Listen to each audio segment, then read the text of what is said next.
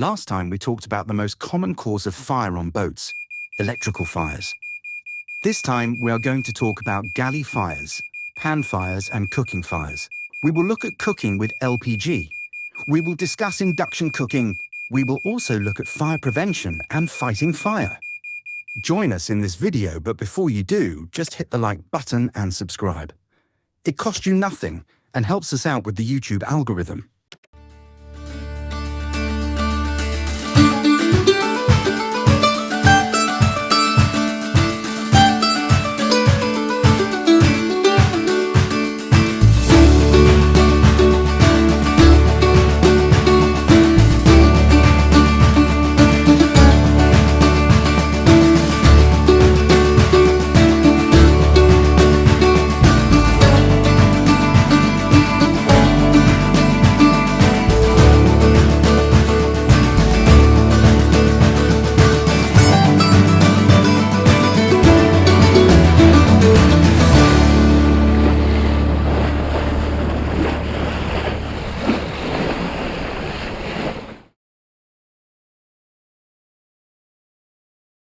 As we said last time, galley fires and pan fires during cooking are the second most common cause for fires on boats. Now again, let's remind you that in the fire triangle, removing any one part of the triangle will put out the fire.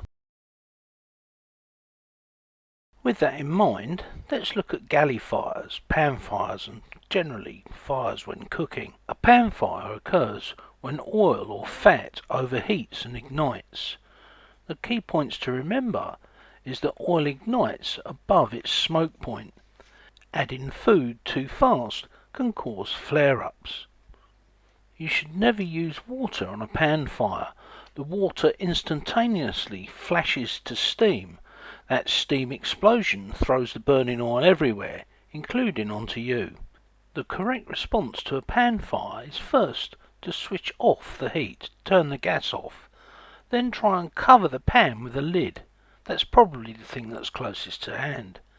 If not, use a fire blanket or a Class K foam extinguisher, which should be kept near the galley along with your fire blanket.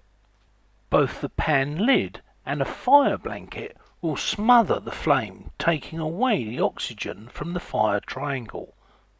Removing the fuel, i.e. the gas, will take away the source of the heat. Class K fire extinguishers are extremely good at putting out pan fires. Class K fire extinguishers discharge a chemical that reacts with the cooking oil or fat to produce soapy media that sits on top of the fuel and smothers the fire. The chemical process of creating this soap involves a reaction of the acid, low pH level, extinguisher discharge with the basic high pH level of the cooking oil or grease, and this is called saponification. We don't have a Class 5 fire extinguisher on board Impavidus, but we do have a good fire blanket and we know how to use it. Again, it's all about removing one part of the fire triangle. As always, prevention is the best way to stop a galley fire.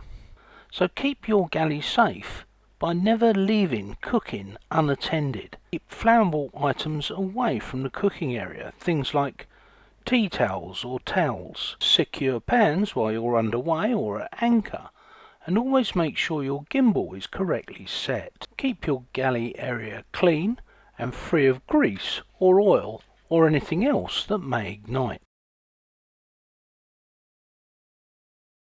Cooking with gas on board, LPG or propane or sometimes butane, has pros and cons. The pros of gas cooking is that the heat is instant, it works without shore power, and it's a familiar cooking experience. The risks of gas on boats: well, gas is heavier than air.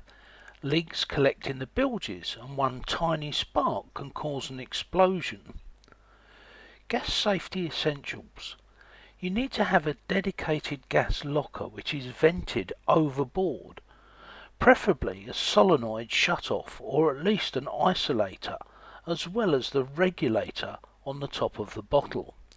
You should have a gas detector and have regular hose inspection. In the UK and in Europe, you should replace the gas hoses every 5 years, regardless. And remember, gas is only safe if it's installed and maintained correctly. Let's look at induction cooking and include air fryers in this. The pros of induction: well, there's no open flame, there's no gas leaks, automatic pan detection, it's cooler galley environment, doesn't give off so much heat. The cons is there's high electrical load, it requires a large battery bank and an inverter if you're at sea or at anchor. Poor wiring can cause electrical fires. Induction reduces the risk of fire, but only if the electrical system is properly designed. Most modern boats now have induction cooking as an option.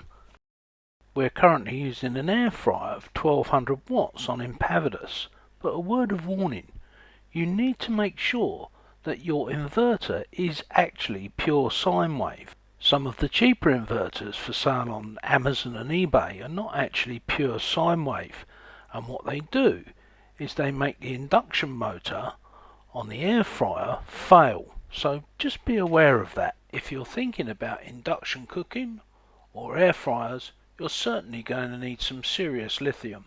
200 amp hours is just not going to cook it.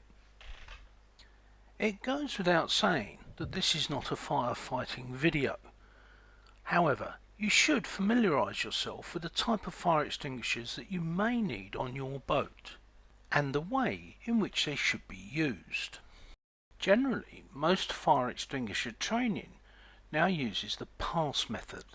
That's pull the pin, aim low at the fire's base, squeeze the handle and sweep from side to side until it's out, ensuring that you are at a safe distance and have an escape route. Only fight small fires that are contained and call emergency services if it grows or you're unsure. You should also think about where you store things on deck. For instance, do you store your dinghy over the hatch, which is a fire escape? Think about it. A lot of people do. Most boat fires are preventable. Here are our top tips. Inspect and maintain your electrical system regularly. Respect fuses and wiring sizes. Carry spares. Install the right extinguishers and learn how to use them. Carry a fire blanket. Do fire drills when new people join the boat. Understand your cooking system.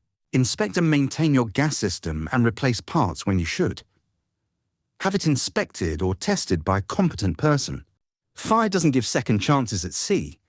Prepare now, before you ever need this knowledge.